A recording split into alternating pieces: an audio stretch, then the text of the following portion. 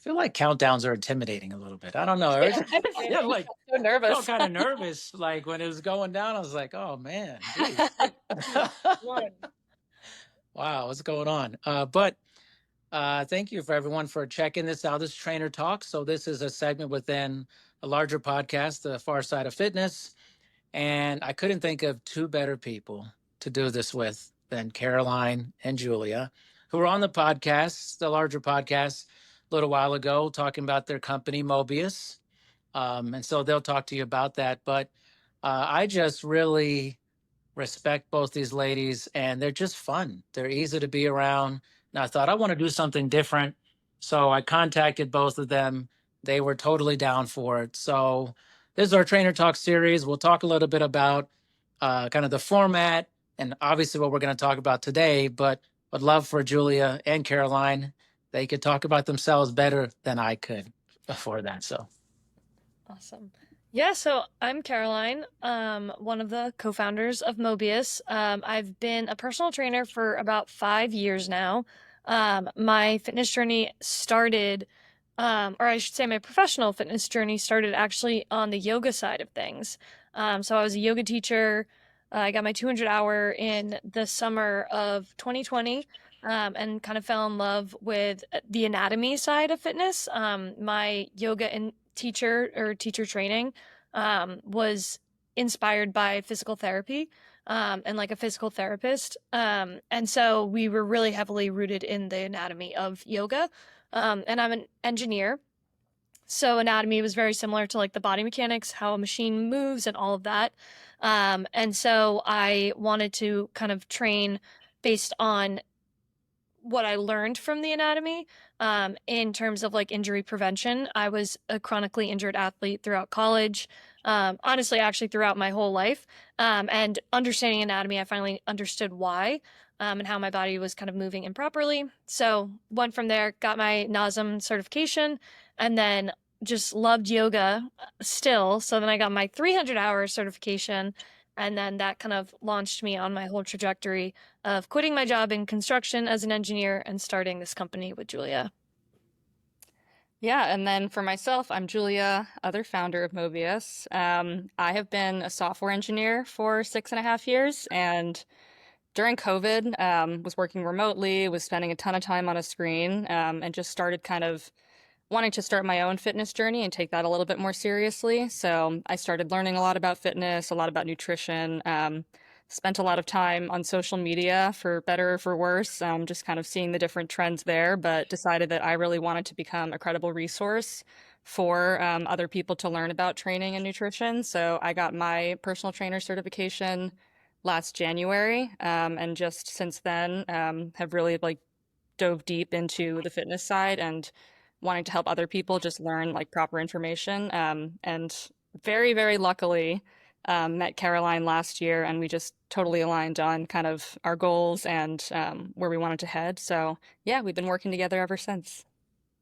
fantastic. And it's kind of fun, like 5 years last year. And then I'm very old in this business now. I've been in almost 25 years, Amazing. training full time, running clubs, and doing literally, I think, every single thing a person could do in fitness at some point. When this podcast has been my passion to meet other colleagues, and I think it's going to be a great thing. And one thing I think before we launch into is I love being a trainer, and I have suffered in the past, especially early in my career, with feeling like, well, I should be doing more than this. And it's nice to be full circle all these years later, accepting what I'm doing, loving it, thriving in it. And we want you guys, this is a segment for trainers.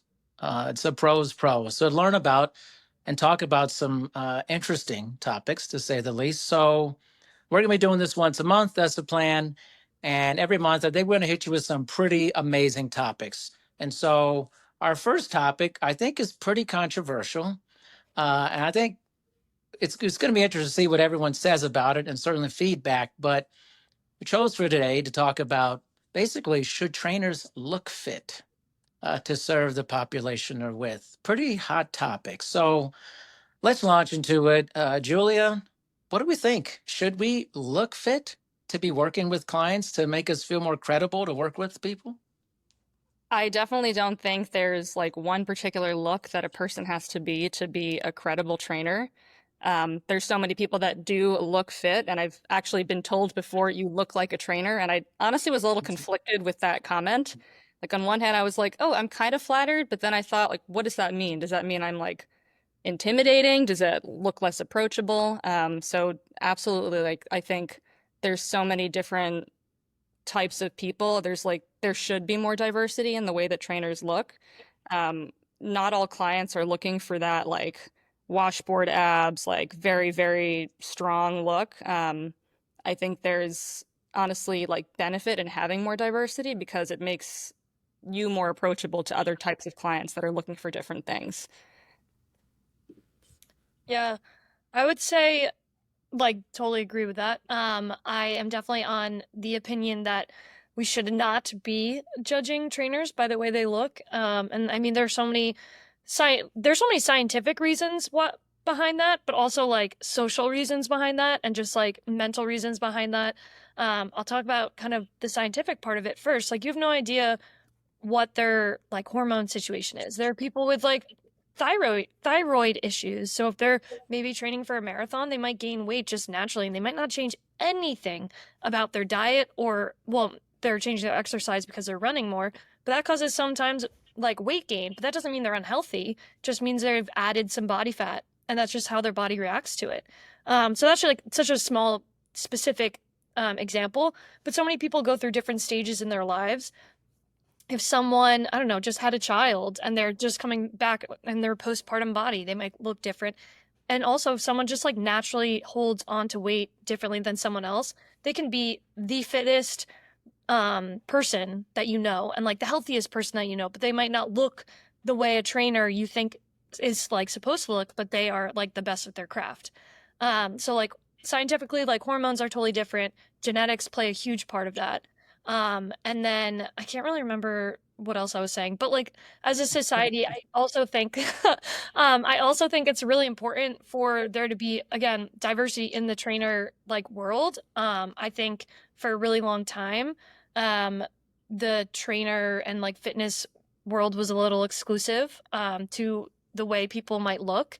And if I wanted to have a six pack, I'd have to starve myself. Like that's just like not in my genes. And so that if I had a six pack, I'd be a very unhealthy person, and I should not be getting paid to teach people how to do that.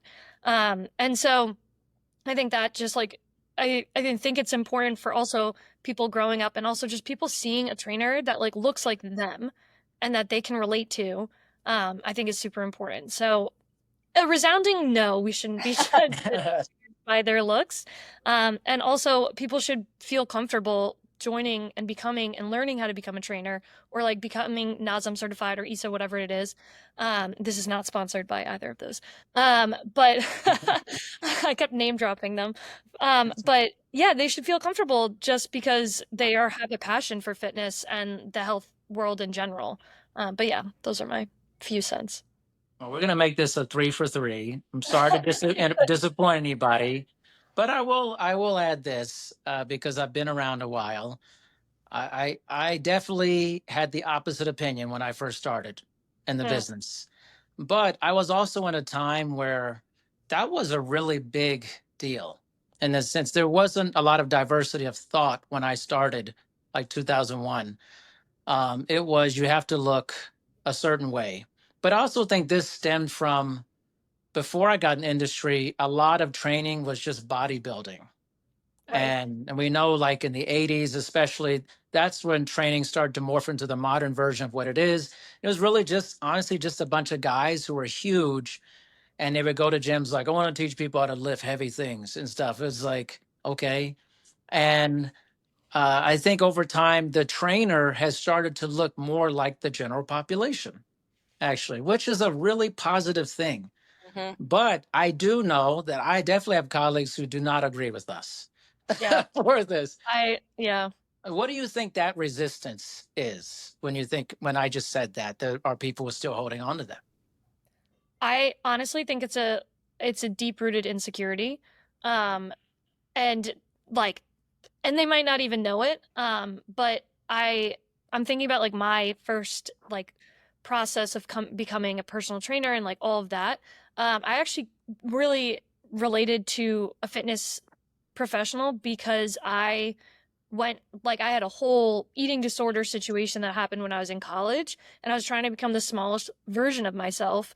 And when I realized that that's like not the way to do things, and I love food and all of that, a different topic for a different day or a month, I guess. But um, I I think part of me was like when became the fitness trainer, all of that, I started getting nervous that I didn't look the part.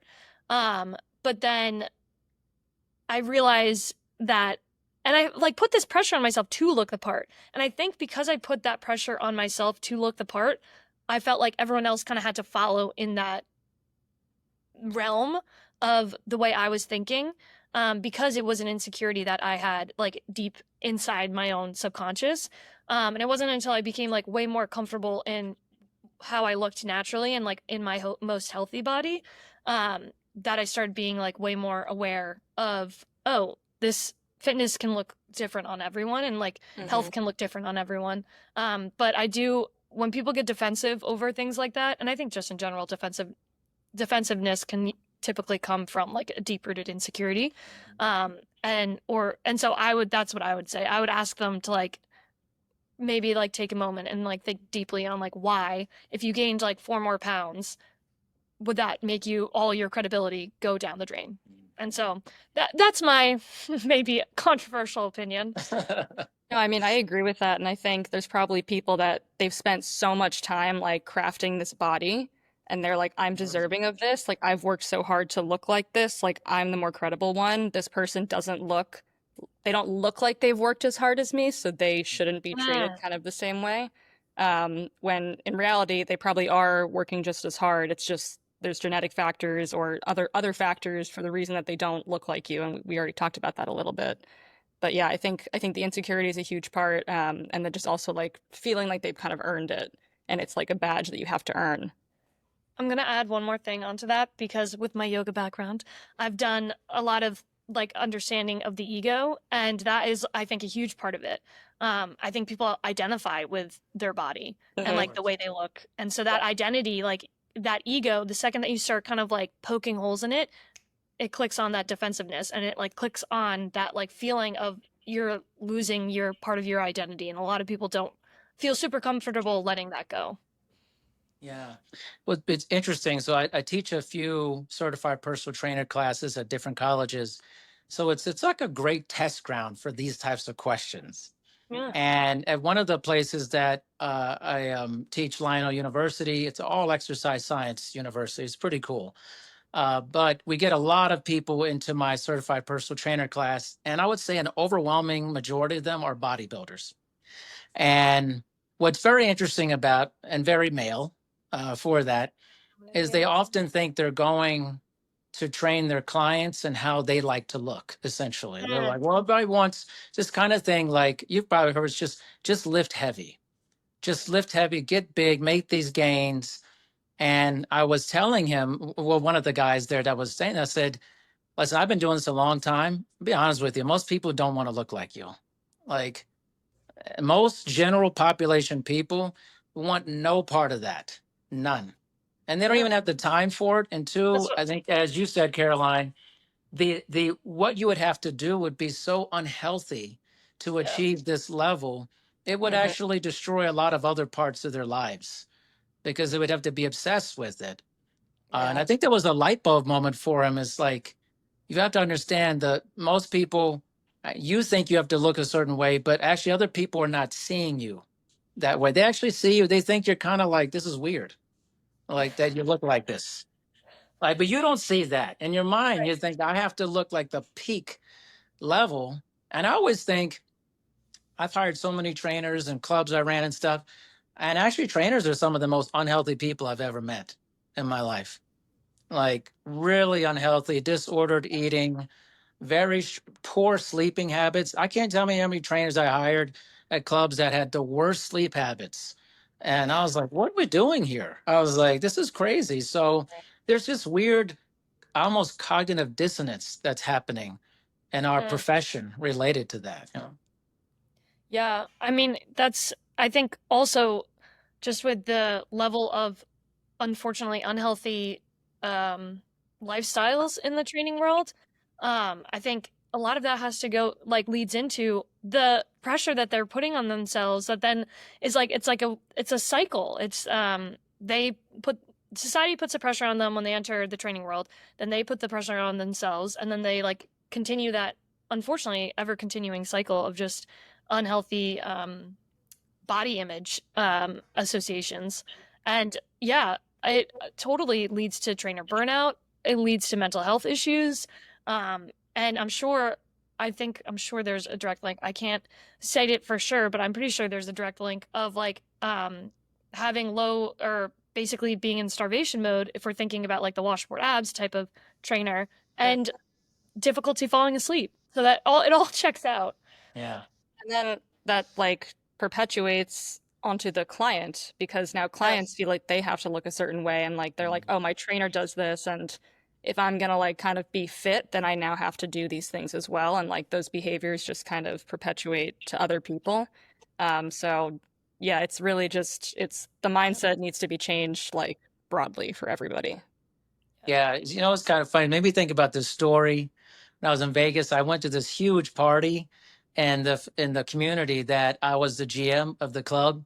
And I remember I saw this big fondue like fountain, this chocolate fountain. I attacked Oh, it. I went yeah. hard, and all these people were staring at me. And then they said, "Why are you eating that?" I was like, "Why not? I don't understand what's the problem." Well, you're the general manager of the club and you're a trainer. Like, I don't understand why you're eating like that. And I was like, "See, this is part of the problem, Mhm. is all these preconceived ideas that, hey, you're supposed to look like this. You're supposed to be teaching me how to be perfect Mm. and my body and my habits and then things." So it makes me think too. Also, do you think that a lot of trainers have body dysmorphia potentially from with this? Absolutely. Yes. I can absolutely say that I am a victim of the body dysmorphia. I would say it took me like years to get out of that like body dysmorphia mindset. And I have days where I'm like, oh, I look terrible and I'm like all like sad on my and I think that is very natural to have those days. Like we're not supposed to be seeing ourselves as often as we do. Like mirrors are everywhere, social media is everywhere. Like I'm constantly seeing my body. So I'm sure that's also like part of the issue. But yeah, but I would say I wouldn't be shocked if 98% of fitness professionals have dealt with or have body dysmorphia. Yeah, Yeah, I I agree with think it's that. got to be. Yeah, Julie, do you have some more to add to that? No, I agree. I've dealt with similar things. Like I think it's pervasive in this industry. Yeah, I think it's something. That's why I think this topic's really great because there's still enough people, enough of our colleagues who just think I have to be ripped, I have to Yeah. look a certain way. And I'm curious, I wanted to ask this question. When formalized training began in the 1990s, third-party accreditation was a very male-oriented profession. I think the numbers were like 70-30, male to female. Now, the current statistics, I believe, by the uh, Labor of Bureau statistics, is women have overtaken men in the industry, and Oh, there's more women in fitness than there are men for that. Do you think that will play somewhat of a role in terms of the look and the feeling of like what a trainer should look like? That more women are now in the profession than there are men? yeah. I think that I will say it could have gone one of two ways, but I think it's going this other direction. So I think I would say maybe in like 2021 to like 2023, honestly, maybe even 2024-ish, I felt like I was seeing a lot more like body positivity in terms of bigger bodied people in the training space. And then Ozempic hit. And I think with Ozempic and then also the rise of the Pilates princess body and like kind of that whole vibe. Um, and also the influencer world of fitness has like totally blown up. I've noticed a lot of people that I follow have totally thinned out. And I never would be someone to comment on it because one, like commenting on someone's body, whether you're commenting on them about how big they are or how small they are, all bad. Don't put your opinions on someone's body on someone else. But I do notice a trend of people getting smaller and smaller and leaner in the fitness Mm. industry, especially via social media. And I do think that this might be like a very small microcosm of it, but especially in the social media world, influencer world, these fitness influencers will be like, spend a day with me. They're walking like 10 miles a day on top of their training because they like get their 15,000 steps in per day and they do this. And then they're teaching a Pilates class, which when you teach Pilates, you typically you're like almost taking the class because you're like doing kind of most of the workouts with them. And then you take a Pilates class and then you also lift. And I'm like, oh my God, like no wonder these people are so tiny. They're working out like 4 times a day, basically. And so I think that is overtraining in general, I think is like an accidental trend that's happening. And I'm very curious to see if that continues or how that like shapes. But I do see a little bit of that whole trend of slimmer bodies moving for the future. Yeah, I feel like we were going in the right direction, and I was like seeing a lot of like women being strong, like let's lift, let's be comfortable in the weight section of the gym.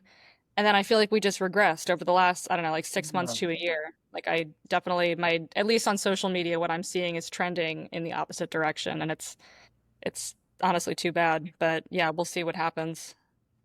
Yeah, I mean, we're in a very trendy space business where things just, I mean, I remember this is adjacent to it when no one really lifted weights, like especially women. It was not Mhm. happening.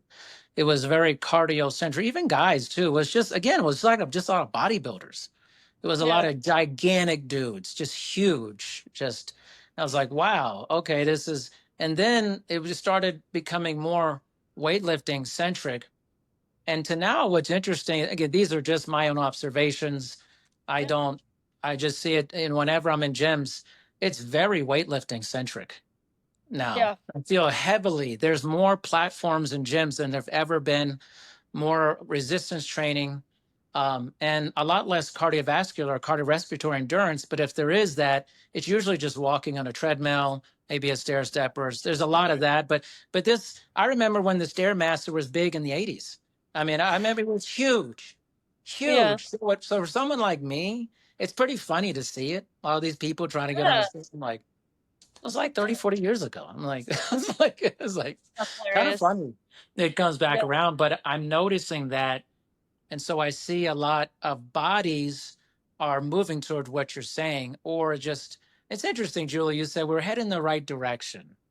I thought that was interesting that you were saying that.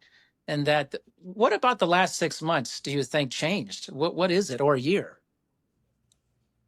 Honestly, I don't know what happened. I don't it's just like I started seeing I have more of this no clue. content. It was just backwards. I don't know if like I honestly don't know what happened, if there was like something specific that triggered that shift. I just know I'm seeing more of it and I don't like it. Hmm. Is it, do you think that, is there a deep seated desire? I don't know. I'm just throwing it out there that, our colleagues or even clients, like they feel led to this type of figure or this look. It's appealing on some level. It's like, wow, they think this is glamorous. This is amazing. Like, I want this. I feel like people always want stuff that feels very big and glamorous, and Yeah. including bodies. I think also the trend of like wellness and fitness has definitely skyrocketed. And I think people that are in the elite of society or wealthy or can afford certain things, they're now really focused on like health and wellness. So I also think like a certain body type is now being associated with wealth as well, or No. just like success, because you can spend time on going to the gym, because some Yeah. people just don't have time for it because they're working Okay. so much. I don't know, when I was working in construction, I had to be on the job site at like 6:30 in the morning before the sun would come up, and then I'd go to the gym at like 7 p.m. at night. But it's not like I can spend a couple hours in the gym or whatever on my health and wellness. So I do think there's also that level of um, association between like how fit you are and like potentially how successful you are. Right. Yeah, and Mm. on that like wealth side, you then have access to the trainer, the fancy classes, like kind of all these additional things that the normal person, they have to rely on their like own motivation and like willpower to like get themselves to a gym, get themselves through a workout. They don't have access to all these kind of other like fitness opportunities that might make it a little bit easier to get that done. Like group classes are great. They are motivating when you're around other people. There's like some competition aspect, but they're very expensive. Like I'm not going to a Pilates studio every week. It's insane. It's like $60 Yeah. a class. And it's just like a small subset of people that can afford that. But like people are still like viewing that as desirable and wanting that. Yeah. Do you think this also made me think, um, do you think how trainers perceive their bodies or how they should look, is there somewhat of a regional effect on this? So, I mean, basically, if you're in South Beach, Miami, and you're a trainer there, there's pressure to look a certain way, Mm. or New York City, or Los Angeles, or whatever it is. Do you think that plays a role into that as well? Yes, and I also feel like it might be morphing a little. I feel like it used to always be kind of the surfer vibe, the smaller petite people were like very California, LA. And Miami, I feel like was a big muscle beach type vibe. Very tan, like able to spend, I don't know, hours outside by the ocean, whatever. And I think New York was probably less of that. I think that was probably more, I don't know, general normal body looks. But I think because of social media and the way trends like just take over industries, I feel like we're all kind of morphing into the same thing. And like there's not that difference in locations and like where you come from, which is great that more people are getting access to different opportunities and different experiences. But I do think it's kind of like we're all becoming the same person. It's a little scary. Interesting. Do you think, either of you think there will be a pretty long, like, what's the future of how we're going to look in the business over time, the next 20, 30 years? What do trainers look like, you think? I don't think this is something that people can keep up long term. I just Mm. don't think it's healthy. And I think people will have, I don't know, things in their lives are going to change. Like they're not going to have as much time or maybe as much money or anything like that. Maybe a new trend will be, I don't know, back to the heavy Olympic lifting and we're all going to be Olympic lifters in like 20 years. But I do think there's just going to be ebbs and flows. Um, and so you said what was it, 40 years ago the Stairmaster was big, Yeah, I mean, maybe, like, and that for come sure. back. I honestly think it's cyclical. I think it's cyclical like fashion is. And then I think there will be like probably like trends in maybe 2 years that are going to be more directed towards probably back to like the more traditional lifting as opposed to maybe the Pilates. I don't know though. I mean, Yeah. it's hard to say that because it feels so overwhelmingly like what it is right now, and it's hard to say that it will change, but I don't know. There's definitely a lot of conversation happening now about around like longevity and Yes. like functional training and all of that, which I think is a good thing overall. Because I see a lot more people at the gym. Yes, there's a lot of people in like the strength training areas, but I see a lot of people doing like mobility work and like functional training, which I definitely didn't see like 5 years ago at the same gym. So I think that's a positive, but hopefully that kind of conversation leads into more like less of like an extreme on any end. There's kind of more of like a balance between the types of training that people have. So hopefully in like 20 to 30 years, we have just more like normal looking people that are like fit in all the different ways because it's not just physical Yeah. appearance, which we all I think agree with.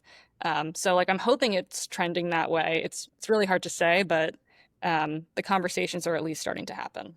That's such a good point. I do think, especially because of how ClassPass has kind of allowed people to try out so many different types of workouts, I now would like to add to my answer that it's going to be more of like hybrid athletes, people into like multiple different types of fitness options, which is like already happening now. And I also see a huge trend with kettlebells. I definitely am someone that is on that trend. I love kettlebells. But I definitely see that as, instead of like the racked weights and like the squat bars and stuff, I see like a huge trend leaning towards the kettlebell and like functional movement. That's come back too. That was big in the 2000s. I was like, Yeah, There we go. it's cyclical. you It's know what I so hung on to? The sustainability thing. I mean, this is somewhat related, but hey, it's just trainers talking about stuff too. yeah. Um, for me, I being around a long time, I think I have a unique perspective on this because I have very long-term clientele. So my longest running client is 18 years, tons of people in the 14, 15, 16-year range. And the sustainability thing is important because I always teach my students like, hey, listen, what you think is important now will probably be very different 15, 20 years from now. And if you end up having clients that long, they may come in very aesthetic motivated, but they will probably change a lot over time. Like as I've gotten older, like my clientele has gotten significant. I used to train mostly 20, 25, 35, 40-year-olds type of thing. I have so many 65-year-olds now and 70-year-olds. And I think my youngest people are in their 40s and they're not trying to look like they're 22. That's not even on their mind. They just want to feel better inside their bodies, have more confidence. Hell, they just want somebody to talk to. They have another person to talk to that's not someone they're responsible for or their employer or whatever it is for that. And I think they just value like a very just general looking person. I've actually had a lot of clients tell me, "Oh, I really don't like when people are super ripped and stuff," or this. And I say, listen, that's their journey. That's what they want to do. I said, but it's also very difficult to sustain that over a really long period of time. To your point, Caroline, that a lot of life changes hard over time. And I have some students in my weight training 2 class that I teach who are like 21-year-old guys, super yoked, young guys. I said, man, I used to be you. Like I'm like 25 years ago. And then you have a family, or then something changes in your life, or you move. I said, whatever you do, make it sustainable that you can continue to do this over the course of your life. Because there's going to be a lot of challenging times where you can't be in the gym for 3 hours. I'm telling you, that's never going to happen in the future. It's never going to happen. So I think there's a lot swirling around the look, which is also about like sustainable practices, which might mean you're not going to look like your 18-year-old self or whatever, type of thing. Yeah. That's a good thing. Yeah. It's okay. It's good to look like your 18-year-old self when you're 40, 50. I mean, if you did, something happened. I don't know. I'm 47 and I definitely don't look like I was when I was 18, but it's pretty similar actually. But I never was trying to be gigantic either. That was never a thing. But I think that on some level, people will always be vain about things. Our trainers are always want, if you're in a profession, it's going to be part of the business. I think on some level is people are going to struggle. We're going to struggle with it for a long time.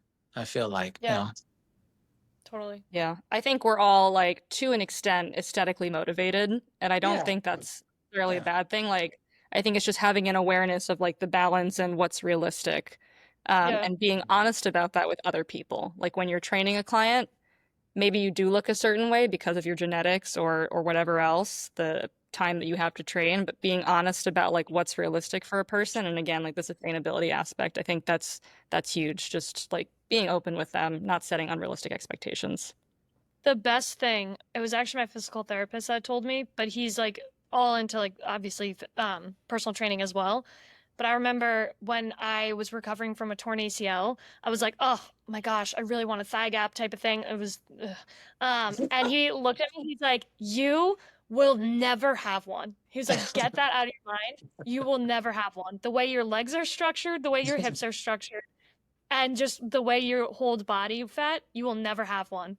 And ever since then, I was like, okay, bye.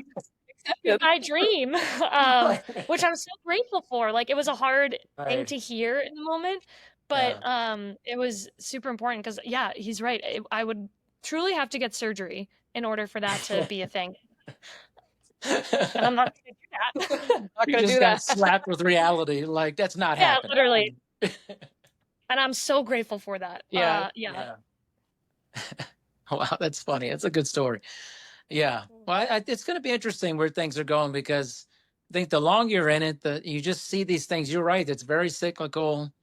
It's like, man, this is coming back, over and over again. But I think there will be a struggle always internally, as you said, Julia. People, there's nothing wrong. People we are visual people. We see things.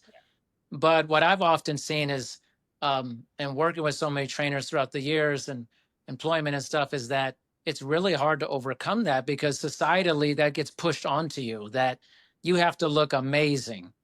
Like, you're not going to get clients if you don't look this way. That's what you're told for a lot of, especially back in the day. You're told you have to be at the peak of your conditioning so that people see you and go, I want to look like that. Which is crazy. That's actually crazy to say that now to me. I don't know why. Like, it's crazy, because Yeah. that's not what any of my clients want. Literally, they're just like, Yeah.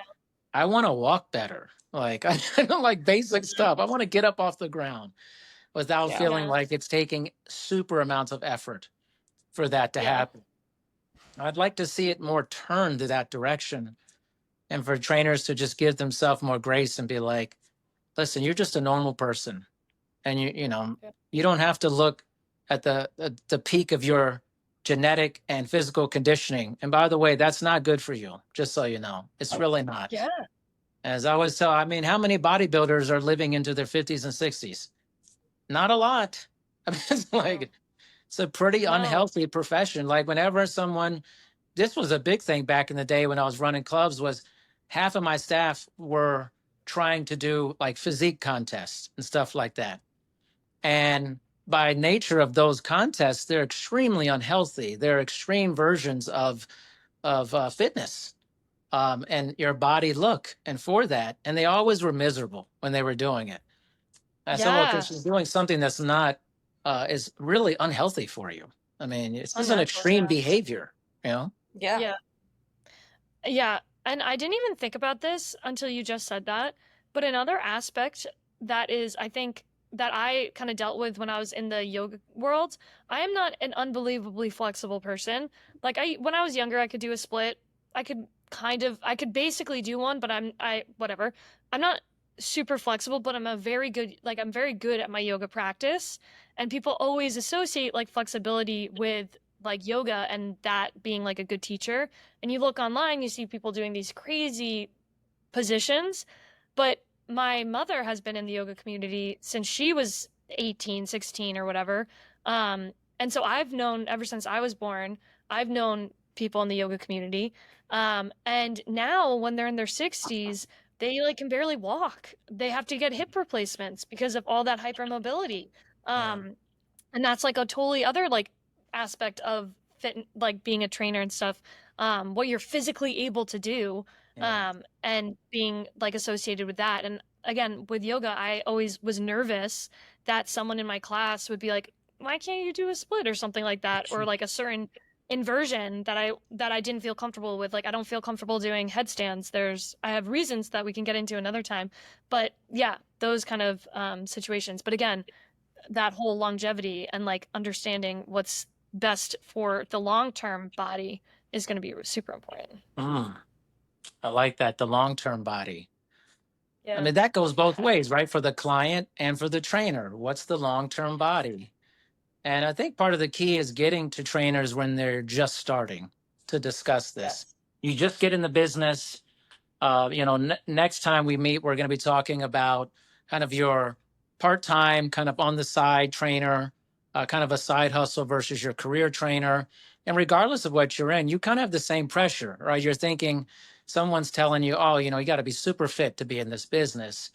If we can get to people when they just enter, whether they're coming from another profession or they're just starting right into this, we have to get to them early and say, I know what you're seeing online is probably tell you the exact opposite what I'm about to tell you. Yeah. But give yourself some grace. You don't have to be pounding the gym constantly. It's a hard lesson to learn, I think. But I think also teaching the consumer is interesting Yes. too, because how do we get the consumer to better buy into what we're talking about? Because they have this Yeah. idea too. I can't hire a trainer that doesn't look great. How do we do that? Yeah, Yeah, that's a I think just be open, be the example that you want to see, be open about in conversations with clients and not non-clients. Um, yeah, just continue supporting maybe some more trainers that might not look the part or anything like that. Creating that community around you, I think, is like the best bit, I would say, the best way to go about. Yeah, and I think like as other trainers, as people that have followings, they really need to like use those to kind of spread this message and support other trainers with those more diverse body types. But yeah, it's really just awareness and like teaching clients there's so much more to look for in a trainer, like their credentials, their years of experience, their personal lived experience. Just like having those conversations and again being open about it. Yeah. Yeah, I think also the way you teach, like the verbiage you use. I remember like this was like such a big thing, but after when I first started like doing group classes and just personal training, I was like very adamant on after Thanksgiving, I would never be like, "Oh, burn off the turkey, burn off this." Like always being like the food, you needed that food, and look how awesome your lift is going to be because of all this added protein and carbs that you have. But yeah, so I would say just like the actual words that you speak to those around you and your clients. Yeah, that's a great point. And I like stories too. Like I had a client one time way back in the day, and she was very like just aesthetically focused. She wanted to look this way. And I remember we had a really honest conversation, like in the middle of the session. And she was like, I'm gonna get a tummy tuck. I'm gonna do all these things. I gotta look this way. And I told her, I literally stopped the session. I said, if you're doing all this to look a certain way, you're never gonna be happy. You'll never reach the point you think you're going to be at. And even if you reach a point you feel okay, you'll want more and more. It'll never be good enough for you, ever. I said, so you got to focus on the other things that are happening to you inside your body, your mental well-being, how you're feeling about yourself, the confidence you're starting to gain, and that you by you doing this, you're actually giving a gift to other people, the gift of you can responsibly take care of other people in your life. And I see it all the time. This is something I think is really important is as people get older and they have to maybe tend to their parents or siblings and people get sick, they're thinking something about you. Like, man, I hope this person can actually help me. And Yeah. focusing on your ability to be functionally strong and available to people in your life is a real gift. Looking incredibly hot is not a gift for other people in your life. It only Such a matters good to point. you. No one else gives a shit about that. It's like over Yeah. time, you're pumped up Point. about it. Like, but so I said, you'll never reach this point you think you're trying to reach looks wise. You'll just want more. It's the disease of it. So focusing inward. And I remember this lady was crying. Man, she was crying so hard. And I just gave her a big hug. It's okay to just look like how you look. It's not a big deal. Like, I said, someone pressuring you to look this like a different way. I'm like, you're awesome the way you are. But our clients are getting all this stimuli from other people in their lives, online information.